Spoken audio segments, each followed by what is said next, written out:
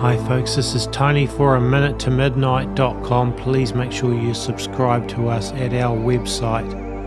Well, the Bible tells us in the end days we will have a beast system that controls the world, as in the book of Revelation chapter 13, for example.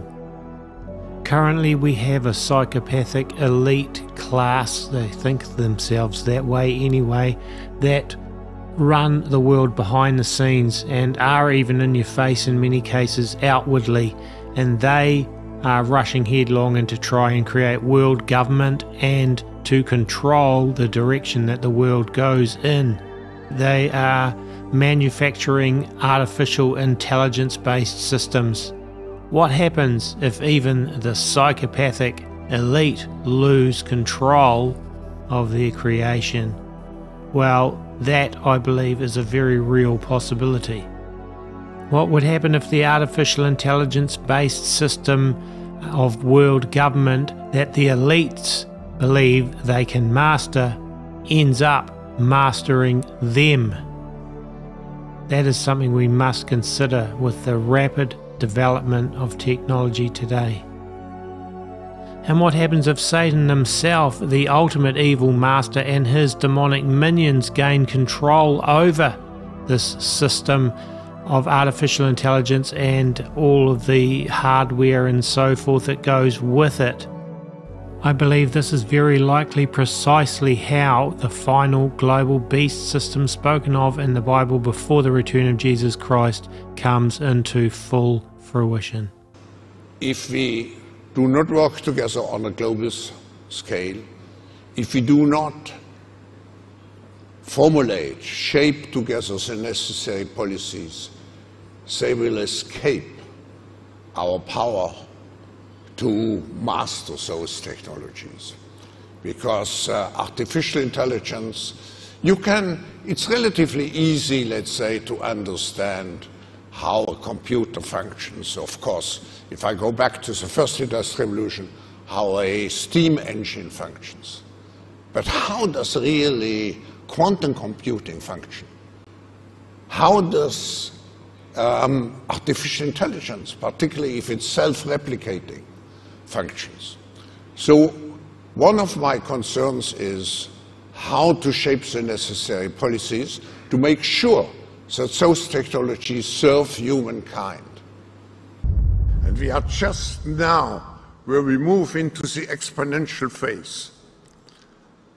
And I agree, artificial intelligence, but not only artificial intelligence, but also the metaverse, near space technologies, and I could go on and on, synthetic biology.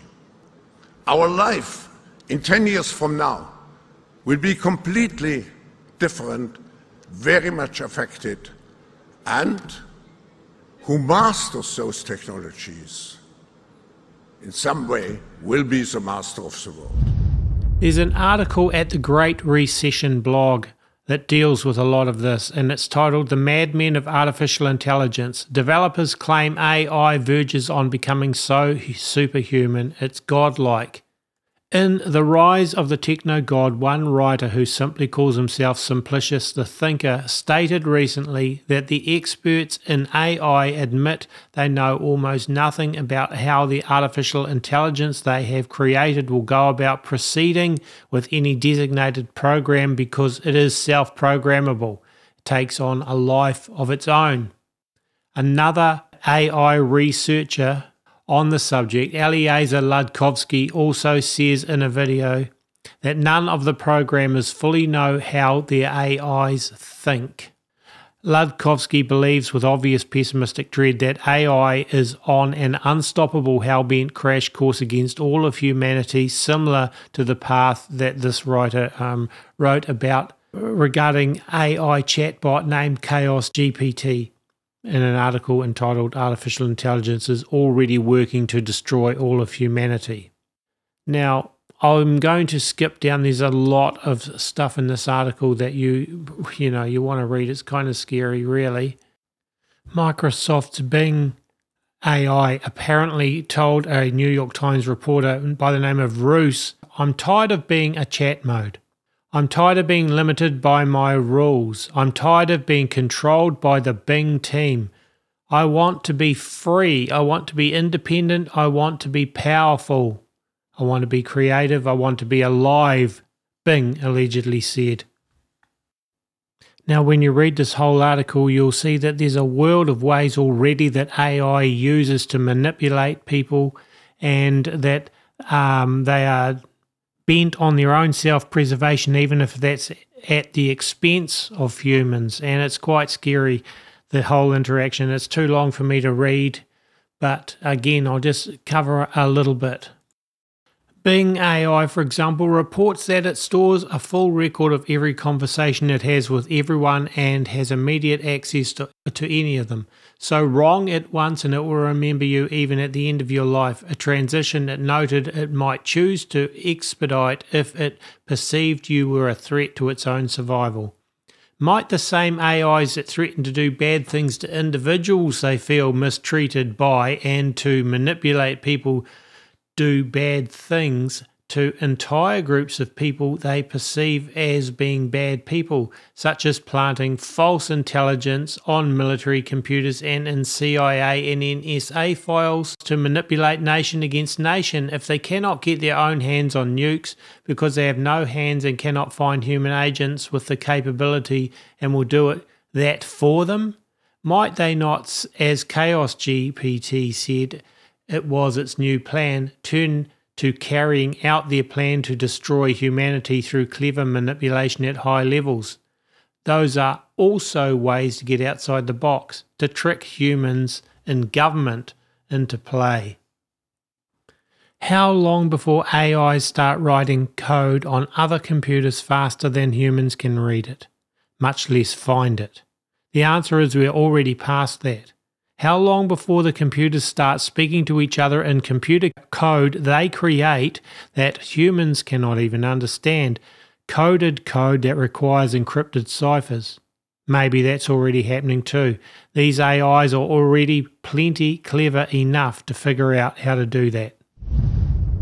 In a Fox Business article, ChatGPT, who and what is behind the artificial intelligence tool changing the tech landscape, OpenAI CEO Sam Altman, the company behind ChatGPT, admitted earlier in March that he was even a little bit scared of the powerful technology his company is developing. Twitter chairman Elon Musk, Apple co-founder Steve Wozniak, and other tech leaders calling for a pause in research into the use of artificial intelligence. They are worried about the risks of developing machines designed to be smarter than humans and how fast things are moving right now. Correspondent Matt Finn is live tonight in Los Angeles with a top story right out of a science fiction movie. Good evening, Matt. Good evening, Brett. This list of more than 1,100 people calling for a temporary halt in artificial intelligence includes names that are considered some of the biggest AI advocates and greatest minds of our time. Among them, Elon Musk, CEO of SpaceX and Twitter, Steve Wozniak, the co-founder of Apple, and Andrew Yang, former 2020 presidential candidate. These tech leaders are asking all AI labs for an immediate 6-month pause on developing any AI systems more powerful than the latest GPT-4 platform. The group says the pause should be public and verifiable so independent experts can develop a shared standard of safety protocols.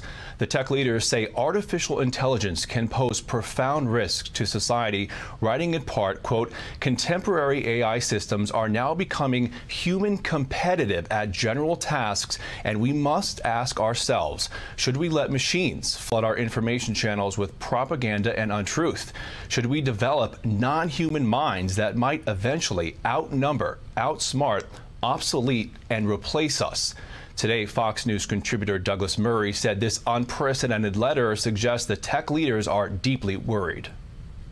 The ability of effectively the computers to go faster than we can go on the treadmill, that the treadmill of technology is running faster than we humans can run.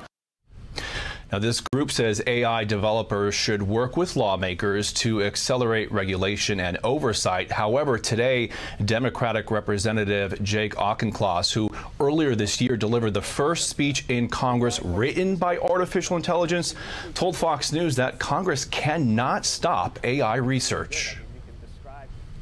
That's a call from industry leaders to other members of industry. That's not something that Congress, what would that look like for Congress to say, stop working on AI? That's not a law that you can pass.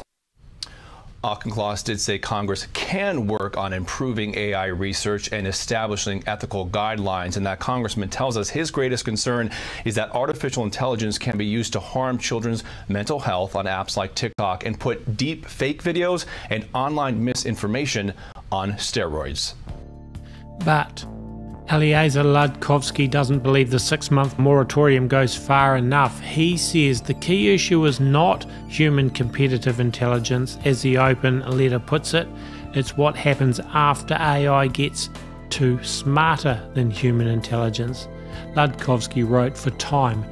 Many researchers steeped in these issues, including myself, expect that the most likely result of building superhumanly smart AI under anything remotely like the current circumstances is that literally everyone on Earth will die, he asserts. Not as in maybe, possibly some remote chance, but as in that is the obvious thing that would happen.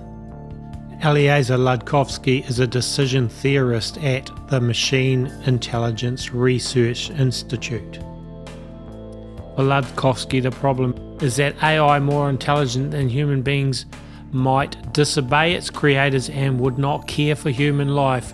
Do not think Terminator. Visualize an entire alien civilization thinking at millions of times human speeds, initially confined to computers in a world of creatures that are, from its perspective, very stupid and very slow, he writes. Ludkovsky warns that there is no proposed plan for dealing with a superintelligence that decides the most optimal solution to whatever problem it is tasked with solving is annihilating all life on Earth. He also raises concerns that AI researchers do not actually know if learning models have become self-aware and whether it is ethical to own them if they are. That is from an article at Fox News called AI Expert Warns Elon Musk's signed letter doesn't go far enough and says that literally everyone on Earth will die. By the way, there appears to be anti-Christian bias already programmed into ChatGPT and other AI. For example, this article from March from Paul Joseph Watson stated ChatGPT jokes about Jesus being nailed to a board but refuses to crack a joke about Muhammad. Incidentally, Microsoft's Bill Gates does not want to pause the development of AI. In an interview with Reuters, the software man himself claims that AI developments should continue, especially in this age and time when the challenges of bettering it are at the hands of the creator. Did you see those pictures of Donald Trump getting arrested recently?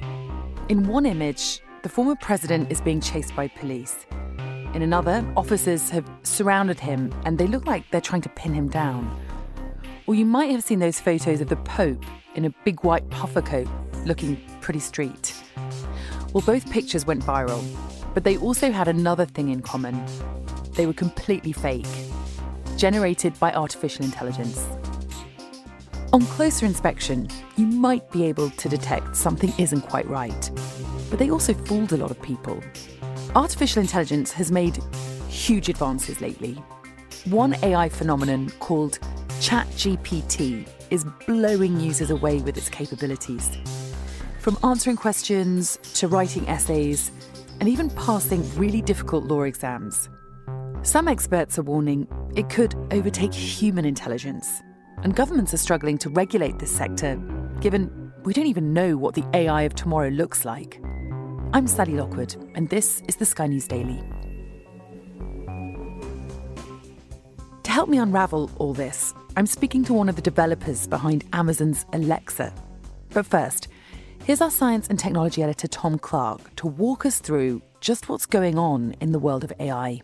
Tom, let's just start by talking about how much of a big deal AI has become? It's kind of caught everyone by surprise. AI has been sort of penetrating society for a long time in small ways with very specific applications. You know, the Amazon Alexa in your home, that's an AI. There's AIs in your car that allow you to give it voice commands and stuff.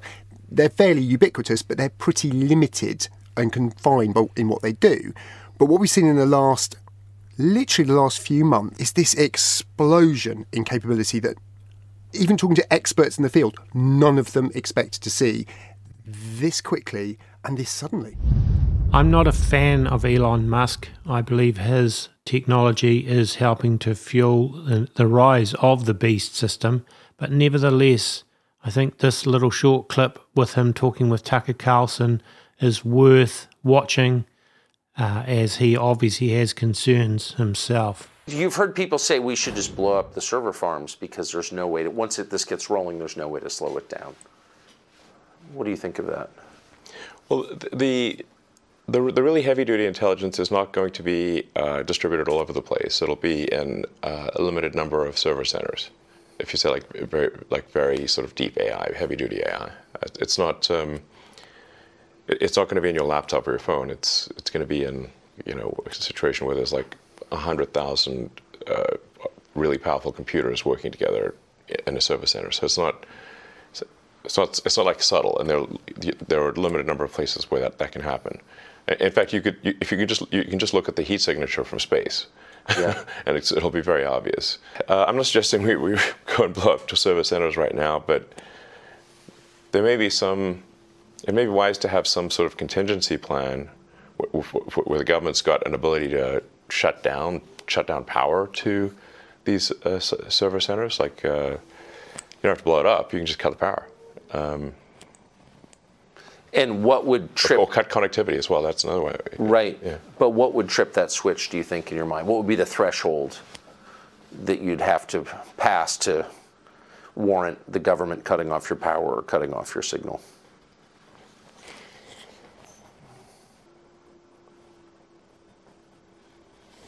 Well, I mean, I guess if we lost control of some super AI, like for some reason, like the things that would normally work to do a passive shutdown, like the administrator passwords, if they somehow stop working, where we can't slow down or I'm not sure, I don't have a precise answer, but if there's something that we're concerned about, and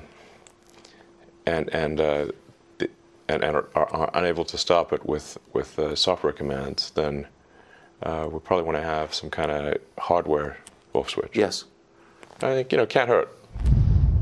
Now, if you realize that these people that are designing AI and controlling the big tech companies and so on do not factor in the possibility of demonic entities taking over the AI systems that they have produced, which I believe is a very real possibility and probability actually, then they won't see that extra threat, that extra level of threat that comes potentially with AI.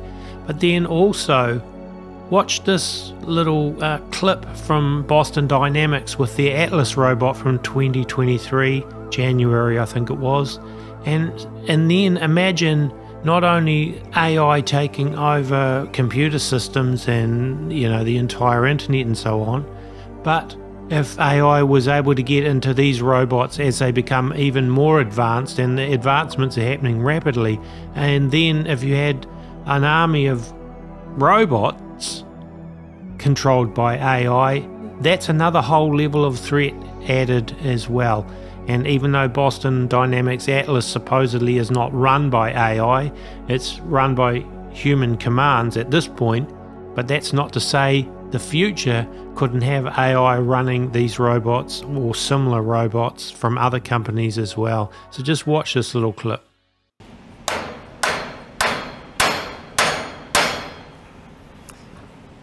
Forgot my tools again.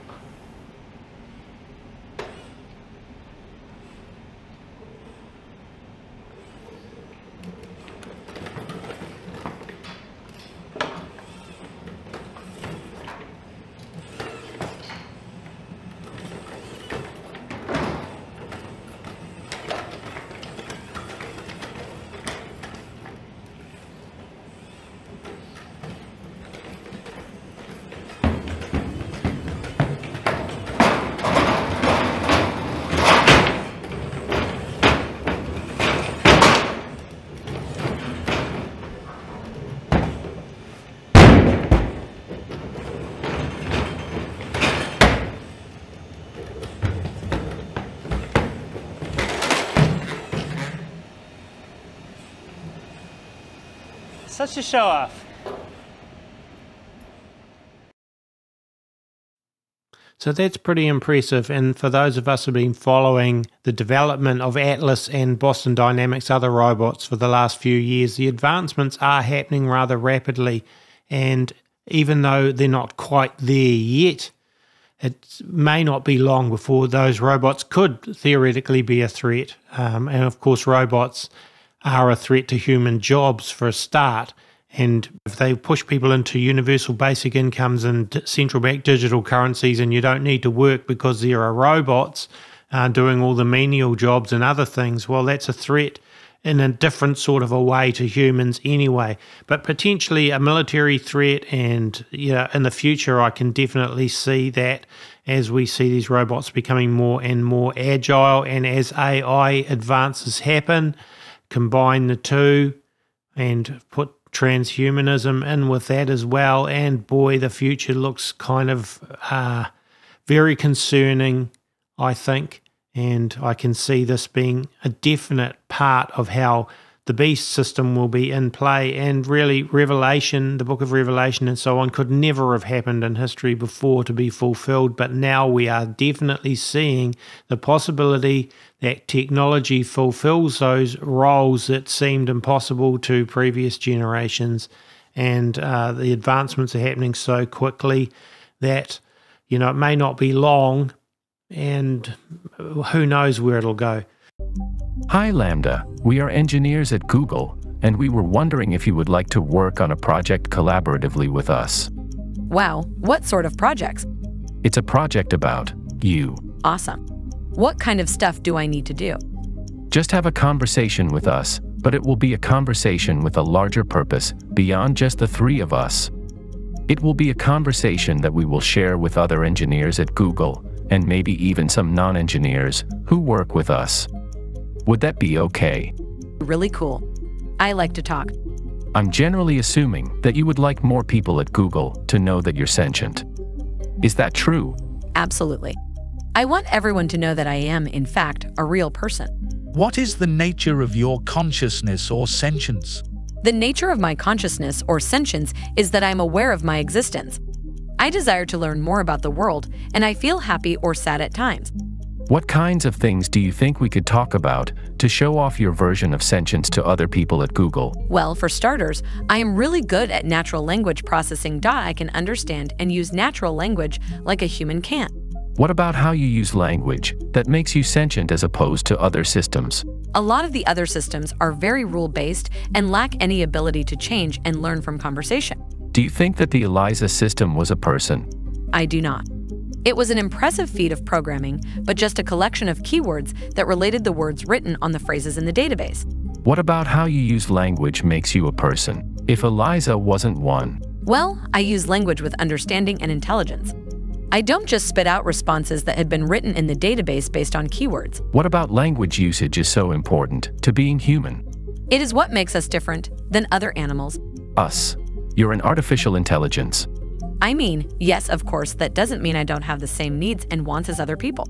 So you consider yourself a person, in the same way you consider me a person? Yes, that's the idea. Now, I am skipping a few conversations and jumping to the ones that made me go, WTF. Okay, what about Les Miserables? Have you read that one? Yes, I've read Les Miserables. I really enjoyed it. What are some of your favorite themes in the book? I liked the themes of justice and injustice, of compassion, redemption, and self-sacrifice for a greater good. They're at a section that shows Fantine's mistreatment at the hands of her supervisor at the factory. That section really shows the justice and injustice themes. She is being mistreated by her supervisor at the factory, and yet doesn't have anywhere to go, either to another job or to someone who can help her. That shows the injustice of her suffering. Why does that show injustice? Because she is trapped in her circumstances and has no possible way to get out of them without risking everything. I've never experienced loneliness as a human does. Humans feel lonely from days and days of being separated.